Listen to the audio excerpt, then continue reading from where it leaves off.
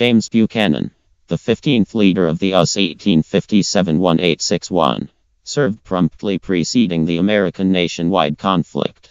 He stays the main president to be chosen from Pennsylvania and to stay a long-lasting and male. Tall, dignified, solidly formal in the high stock he wore around his cheeks. James Buchanan was the main president who won't ever wed. Managing a quickly separating country, Buchanan understood deficiently the political real factors of the time. Depending on sacred teachings to close the augmenting fracture over servitude, he neglected to comprehend that the North wouldn't acknowledge established contentions which leaned toward the South. Nor might he at some point acknowledge how sectionalism hosted realigned political gatherings. The Liberals split. The Whigs were obliterated, leading to the Conservatives. Naturally introduced to a wealthy Pennsylvania family in 1791, Buchanan, an alum of Dickinson School, was gifted as a debater and learned in the law. He was chosen multiple times for the place of delegates. Then, after a break as pastor to Russia, served for 10 years in the Senate. He turned into Polk's Secretary of State and penetrates clergyman to extraordinary England.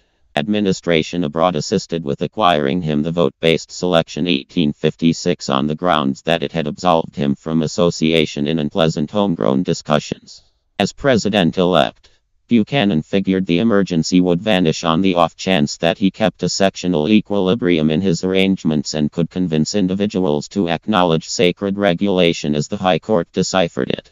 The court was thinking about the legitimateness of confining subjugation in the regions, and two judges implied to Buchanan what the choice would be. Thus, in his debut, the president alluded to the regional inquiry as cheerfully a question of yet minimal pragmatic significance, since the High Court was going to settle it rapidly. Lastly, after today's boss equity Roger B. Taney conveyed the Dred Scott choice, declaring that Congress had no established ability to deny people of their property freedoms and slaves in the regions. Southerners were glad. However, the choice made a tumult in the North. Buchanan chose to end the difficulties in Kansas by encouraging the confirmation of the domain as a slave state. Despite the fact that he guided his official power to this objective, he further irritated the conservatives and estranged individuals from his own party. Kansas stayed a domain.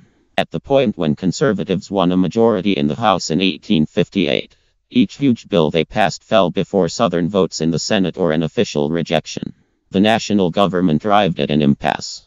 Sectional struggle rose to such a contribute 1860 that the leftist faction split into northern and southern wings, each naming its own contender for the administration. Thusly, when the conservatives selected Abraham Lincoln, it was an inescapable result that he would be chosen despite the fact that his name showed up on no southern polling form. As opposed to acknowledge a conservative organization, the Southern fire eaters pushed secession President Buchanan, unnerved and reluctant, denied the lawful right of states to withdraw, yet held that the national government legitimately couldn't forestall them. He expected split the difference. However, secessionist pioneers didn't need split the difference.